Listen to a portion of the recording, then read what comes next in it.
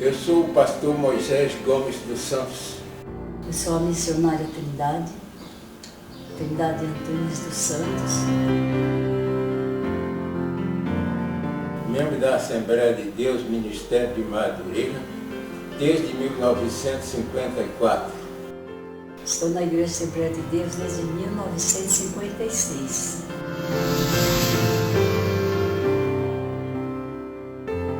Durante esses 61 anos no meu ministério, eu tenho visto quantas pessoas que nós tiramos de debaixo dos viadutos e hoje são pastores trabalhando na obra do Senhor. Quantas e quantas pessoas passavam pela Praça da Sé, pulando o carnaval, e assistiam os nossos trabalhos na praça e se convertiam e hoje estão pastoreando igreja. Nós éramos mais novos e eu conseguia ir para a igreja, para o ar livre, levar as crianças junto comigo nos trabalhos de oração, de vigília. Certa feita, nós estávamos na Praça da Sé. Era costume de todas as quinta-feiras fazer culto ao ar livre. E tinha um grupo de estudantes que invadia aquela rodinha onde os crentes estavam e começava a fazer bagunça.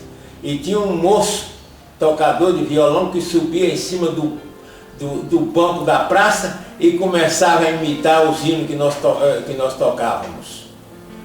E aquele moço, um dia, todo culto ele se entregava, mas depois voltava a fazer bagunça.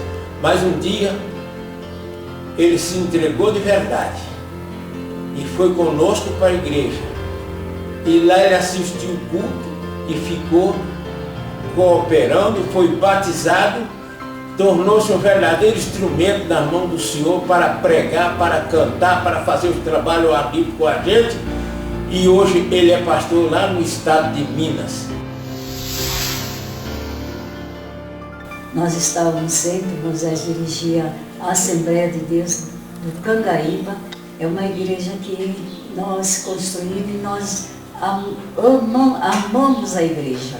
O que me faz lembrança é de uma desviada que morava do lado direito da igreja. Essa desviada atormentava a igreja, que nós estávamos em campanha de oração para a construção. E nós orávamos, e cada vez que nós orávamos, o diabo se manifestava do outro lado, né? E quando foi na inauguração do Cangaíba, na igreja estava repleta de gente, tudo bem, tudo bacana. Quando essa mulher vestiu as moças que trabalhavam com ela toda de branco, para ficar passando na porta da igreja, bem mesmo na porta, e com coisas na mão para jogar dentro da igreja. E nisso eu cheguei na porta da igreja, não para falar nada para ela não, para ver. E eu vi que quando ela tinha um negócio na mão que ela ia jogar dentro da igreja, mas na hora que eu cheguei, ela se afastou e foi embora. Quando se fala em cura na igreja, testemunho que Deus libertou as pessoas, eu acho isso muito importante. Eu fui a uma igreja que eu dirigia e quando cheguei lá à noitinha, a igreja estava em desespero, porque um jovem que era secretário da igreja havia sofrido uma agressão por ladrões e eles deram um tiro para roubar o relógio dele perto da orelha e disse que a bala ficou alojada e ele foi em estado de coma para o hospital lá no Alto de Pinheiros. Mas eles não tinham certo endereço, então eu voltei para minha casa e falei: qualquer coisa que acontecer, você me avisa e dá o endereço. Era mais ou menos 2 horas da manhã quando o telefone tocou e eu fui atender. Era o irmão dele que pedia para eu ir com urgência, que o estado dele era muito grave, mas para eu ir lá ao menos fazer uma oração pelo rapaz.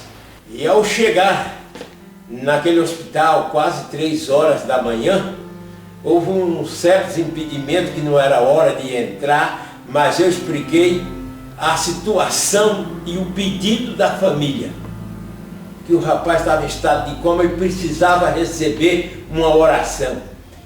E alguém me acompanhou juntamente com o médico e me levaram até onde o rapaz estava.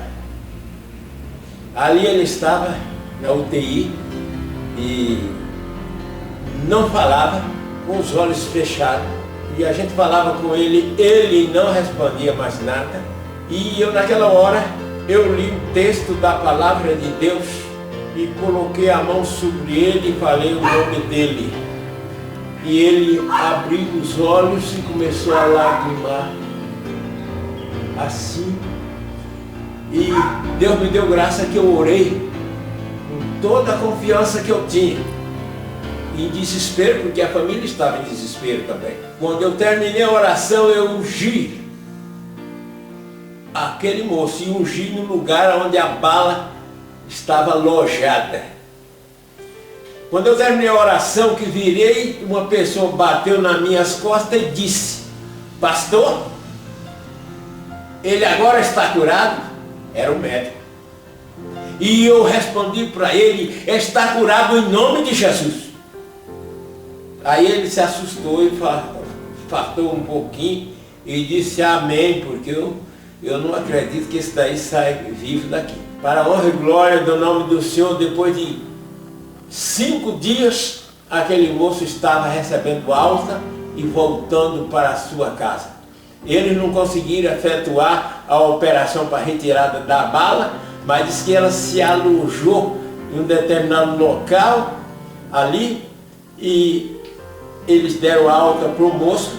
Com um mês depois ele estava trabalhando no seu emprego e com 90 dias depois eu estava fazendo o casamento daquele moço e hoje ele é casado, tem 2 filhas moças e é uma bênção na igreja e continua servindo ao Senhor. E o resultado da bala até hoje ninguém explicou mais por que ficou naquele local.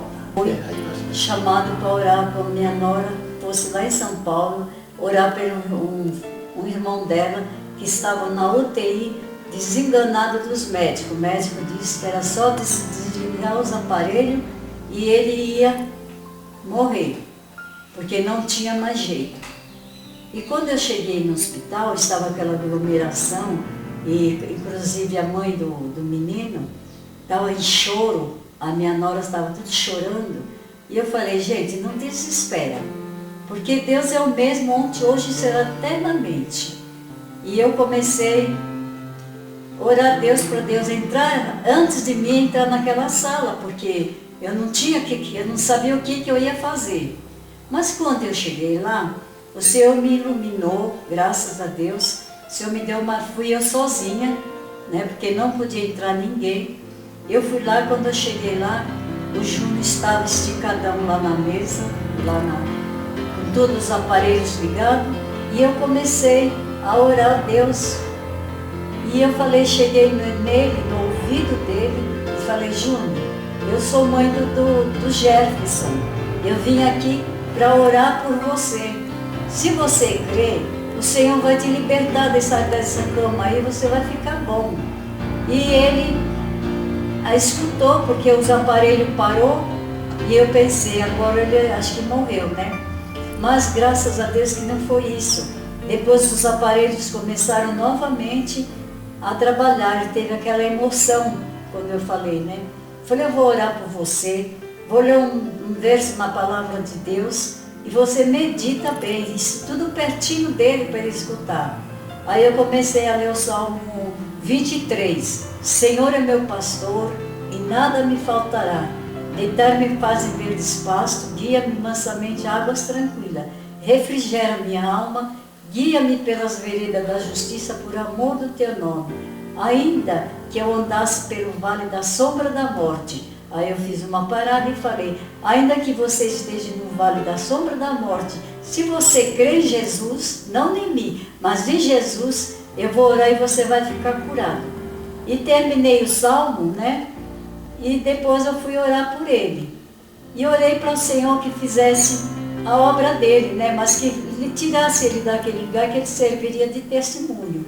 Quando fez orei e vim embora, quando fez uns 4 dias, eu vim para cá, a mãe da minha nora ligou e falou: Trindade, vou te dar uma notícia. E a gente, como é muito fraca, né, pede a Deus e às vezes fica duvidando ou qualquer coisa, né? E eu falei: meu Deus, o menino morreu. Aí, mas não foi não. Ela falou, desligaram os aparelhos dele, ele respirou normalmente e com 4 dias que desligaram o aparelho, levaram ele para o quarto. E eu louvei a Deus, não porque eu orei, porque eu não sou nada, eu sou apenas um instrumento de Deus. Mas pela bênção que Deus fez, eu glorifiquei a Deus e agradeci ao Senhor pelo que Ele fez. Depois eu fui visitá-lo, né? E nessa visita eu conversei com ele bastante, com os parentes que estavam tudo lá o dia que ele saiu do hospital. E aconselhei eles para que fossem para a igreja, que eles moram pertinho da igreja do Cangaíba. O Deus que nós servimos é aquele que tira o homem e a mulher da sarjeta e transforma em uma nova criatura para servir a Deus em espírito e em verdade.